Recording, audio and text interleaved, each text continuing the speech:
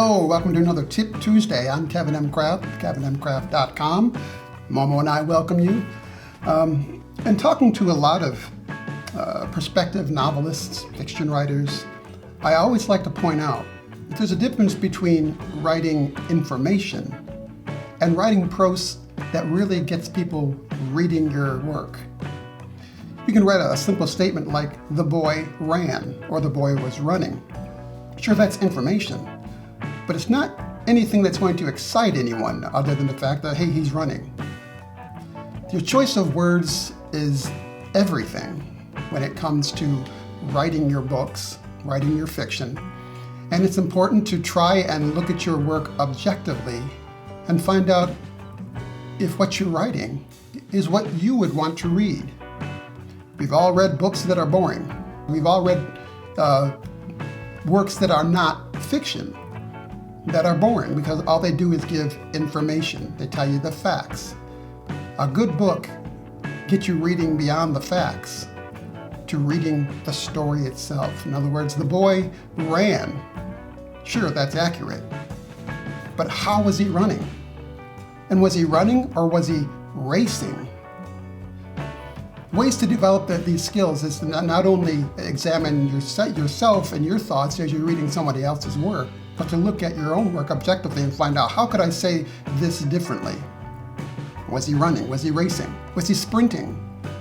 All these words mean the same thing, but that each one carries a different attitude or connotation or emotion.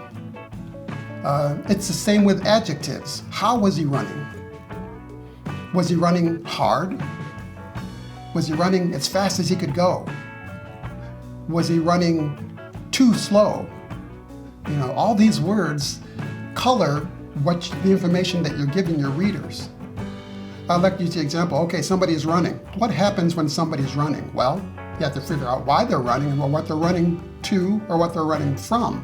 And that'll dictate to you how you're going to write that scene. Have you ever run so hard from something out of fear that your body feels like it's going to come apart as you're pumping, and your lip is so loose you think it's going to come up over your eyes eventually. Your heart is racing, the adrenaline's flowing, you feel a second heart in your head from your pulse.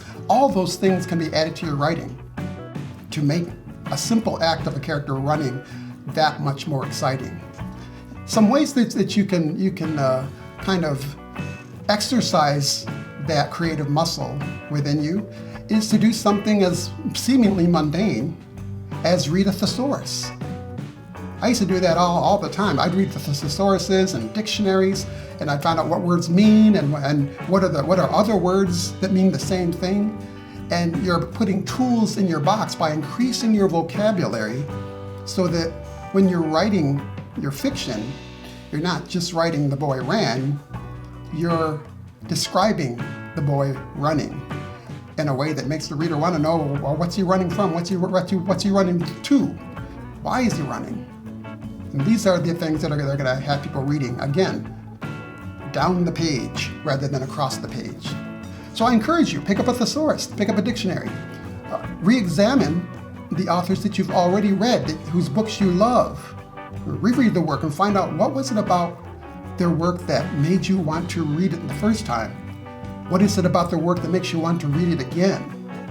And I think that you'll start to incorporate some of the things that you find in your own work and make your writing that much more effective.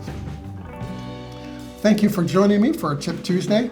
I want to encourage you to go to kevinmcraft.com for all things Kevin M. Kraft. You can find out about my work, find out about what I'm up to, and keep abreast on all the latest news and information there. So on behalf of myself and Momo, thanks again for joining me for Tip Tuesday at kevinmcraft.com.